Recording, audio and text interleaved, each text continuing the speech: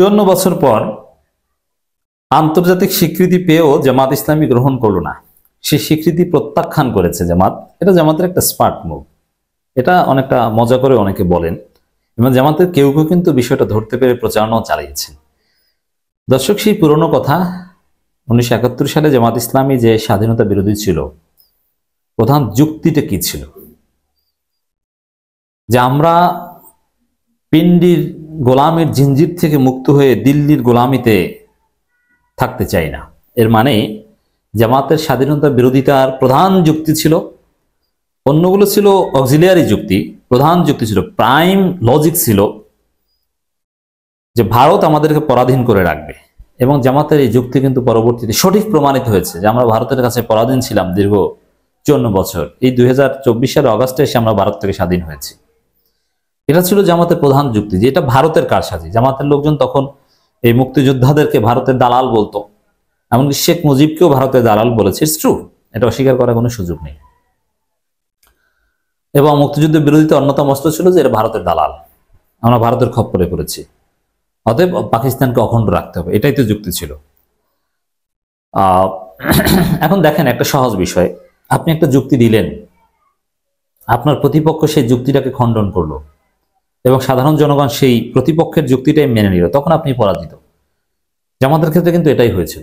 জামাত যে যুক্তি দিয়েছিল, জামাতের প্রতিপক্ষ যারা ছিল, আওয়ামী লীগ, মুক্তিযোদ্ধারা, ভারত, সবাই জামাতের যুক্তিকে প্রত্যাখ্যান করেছিল। জনগণও জামাত বিরোধীদের যুক্তিটাই মেনে নিয়েছিল, অতএব জামাত পরাজিত হয়েছিল 1971 সালে।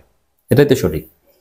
কিন্তু যদি এরকম হয় যে আপনার প্রতিপক্ষরাই একটা পর্যায়ে এসে আপনার যুক্তি মেনে নিল, তাহলে তো আপনি আপনার অবস্থানে যুক্তিগত প্রমাণিত হলো। সেটাই হয়েছে। ভারত 2024 সালে এসে বলছে 1971 সালের 16 ডিসেম্বর ওটা ছিল ভারতের বিজয়, বাংলাদেশের নয়। বাংলাদেশ শব্দটা উল্লেখ করেনি। এবং 1971 সালে জামাত ইসলামী যা বলেছিল সেটাই সঠিক প্রমাণিত হয়েছে। এটাকে আমি বলেছি আন্তর্জাতিক স্বীকৃতি। এবং আওয়ামী লীগ কিন্তু চুপ। আওয়ামী লীগ কিন্তু বলছে না যে নরেন্দ্র মোদী ভুল বলেছে, তারা চুপচাপ। এবং আওয়ামী লীগের কিছু স্যাস্ট্রাটেস্টরা এরা মন্তব্য করেছে যে না, এটা বেশি ভুল বলেনি। বুঝতে পারছেন তো দর্শক? এখন জামাত চাইলে কিন্তু এটা নিয়ে এইভাবে ব্যাখ্যা করতে পারতো। দেখেন, অধ্যাপক গোলাম আজম 71 সালে যা বলেছিল সেটাই কিন্তু সঠিক প্রমাণিত হয়েছে নরেন্দ্র মোদীর বক্তব্যে। দেখেছেন, অবশেষে নরেন্দ্র মোদীও লাইনে এসেছে, সঠিক কথা বলেছে। ওটা তো ভারতের। এবং 2024 সালের পর এই কথাটা বলাটা আরো সহজ। কেন সহজ? 24 সালের জনগণের স্লোগান এটাই যে আমরা ভারত থেকে স্বাধীন হয়েছি। এই কথাটা জামাত বলতে পারে যে 71 সালেও জামাত সঠিক ছিল, 24 সালেও জামাত সঠিক ছিল। অর্থাৎ জামাতের 71-এর সঠিক অবস্থান ভালোভাবে প্রমাণিত হয়েছে 24-এ এসে। জামাত চাইলে কিন্তু এই স্ট্যান্স নিতে পারে, কিন্তু না, জামাত সেটা গ্রহণ করলো না। এইসব স্বীকৃতি জামাত গ্রহণ করেনি। তারা বর্তমান জামাতের অবস্থান হচ্ছে, জামাত নেতারা দেখলাম যে এখন এরকম বক্তব্য, 1971 সালে আমরা মুক্তিযুদ্ধ করেছি, 24 সালেও আমরা মুক্তিযুদ্ধ করেছি। এবং জামাত বাংলাদেশের জনগণের পক্ষে। 1971 সালে জামাতের যে রাজনৈতিক ভুল ছিল, বর্তমান জামাত তার পক্ষে নয়, অতএব সেটাকে ডিফেন্ড করে না। এই বিষয়টা কিন্তু স্পষ্ট হয়ে গেল। নইলে এটাকে কিন্তু ভিন্নভাবে নিতে পারত জামাত। বাংলাদেশের মুক্তিযুদ্ধকে ভারতের যুদ্ধ বলে দাবি করা নরেন্দ্র মোদীর বক্তব্যের নিন্দা প্রতিবাদ। 1971 সালে জামাতের লোকজন ভারতের যুদ্ধই বলতো, এখন নরেন্দ্র মোদী সেম কথা বলেছে, কিন্তু জামাত সে স্বীকৃতি না নিয়ে তারা পাল্টা জনগণের পক্ষে। 1971 সালে যদি এই গোলাম পরওয়ারের বক্তব্য ফিরিয়ে নেই, তাহলে অর্থ দাঁড়ায় যে জামাত ইসলামী বাংলাদেশের স্বাধীনতার পক্ষে, অখণ্ড পাকিস্তানের পক্ষে নয়। গোলাম পরওয়ার এই বক্তব্য 71 সালে নিয়ে ফেলে দিলে এর অর্থ দাঁড়ায় এটাই। অতএব জামাত ইসলামী, এই জামাত ইসলামীকে স্বাধীনতা বিরোধী বলাটা জুলুম। তাদের সে অবস্থান তারা ধারণ করে না। 71 সালের অবস্থান বর্তমান জামাত ধারণ করে না। ভারতের প্রধানমন্ত্রী নরেন্দ্র মোদী বাংলাদেশের যে মুক্তিযুদ্ধকে ভারতের যুদ্ধ বলে দাবি করে যে বক্তব্য দিয়েছেন, তার নিন্দা ও প্রতিবাদ জানিয়ে বাংলাদেশ জামাত ইসলামের সেক্রেটারি জেনারেল সাবেক এমপি অধ্যাপক মিয়া গোলাম পরওয়ার এক বিবৃতি প্রদান করেছেন। এ বিষয়ে জামাত ছেলে চুপ থাকতে পারত, কিন্তু না, চুপ না।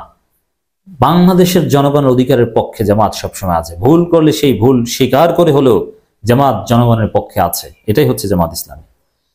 বিবৃতিতে তিনি বলেন, 16 ডিসেম্বর বাংলাদেশের বিজয় দিবস নিয়ে ভারতের প্রধানমন্ত্রী নরেন্দ্র মোদী সামাজিক যোগাযোগ মাধ্যমে একটি পোস্ট দিয়েছেন। ওই পোস্টে তিনি বাংলাদেশের মুক্তিযুদ্ধকে ভারতের যুদ্ধ বলে দাবি করেছেন। 1971 সালে বাংলাদেশের ঐতিহাসিক বিজয়কে তিনি ভারতের বিজয় হিসেবে আখ্যায়িত করেছেন। 16 ডিসেম্বর বিজয় দিবসে তার প্রদত্ত পোস্টে তিনি বাংলাদেশ নামই উল্লেখ করেননি। নরেন্দ্র মোদীর এই বক্তব্য বাংলাদেশের স্বাধীনতা সার্বভৌমত্ব এবং মুক্তিযুদ্ধের প্রতি অসম্মান ও অমর্যাদাকর। কারণ মুক্তিযুদ্ধের সম্মান রক্ষায় জামাত তৎপর, মুক্তিযুদ্ধের মর্যাদা রক্ষায় জামাত তৎপর।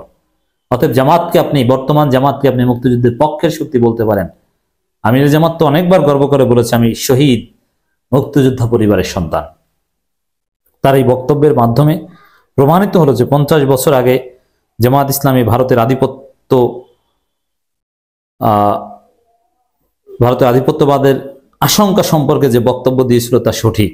নরেন্দ্র মোদী তার পোস্টের মাধ্যমে জামাতের বক্তব্যের সত্যতার পক্ষে রাজ সাক্ষী হয়ে রইলেন। শেষের দিকে সে একটু গ্রহণ করেছেন নরেন্দ্র মোদীর বক্তব্যকে, কিন্তু ওভারঅল কিন্তু গ্রহণ করেননি।